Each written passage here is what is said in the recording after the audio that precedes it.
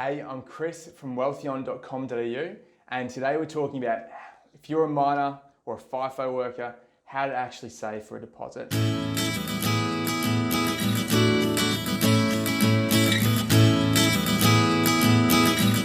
Now, saving for a deposit is a really tough thing. It can take a long time, up to 2, 3, 4 years, depending on what your level of expenses are.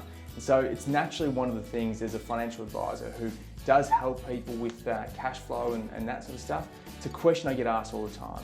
You know, Chris, how do we actually start to save for a deposit on a home or a deposit on an investment property? Well, there's a couple of ways to save for a deposit. One is that you already have a home in a growing equity that you can start to utilise for your new borrowings in an investment property or something along those lines, or another type of investment. Another way is to be saving money on a weekly or monthly basis or fortnightly basis, however it is that you're getting paid. Now, I'm not going to run through a whole cash flow session, which I would with a client, which I'm happy to do with you, but what I am going to do is I'm going to give you a couple of tips. The first place to start is making a plan.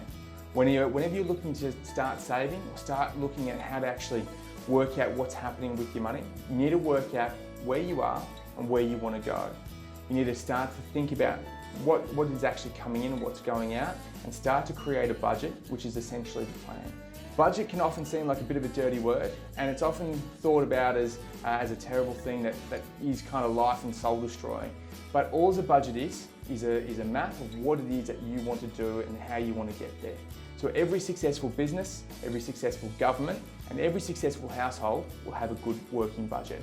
It could be as detailed as writing it all down, working out what's coming in and what's going out, or it can be as simple as knowing it in your head.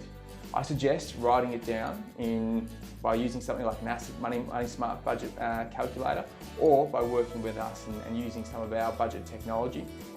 But writing it down and then working out what it actually costs you to live, so that way you can start to then make improvements within your budget. You can start to work out your automations and your savings and those sorts of things. So having a budget is the first step. The second step is to actually report back on that budget.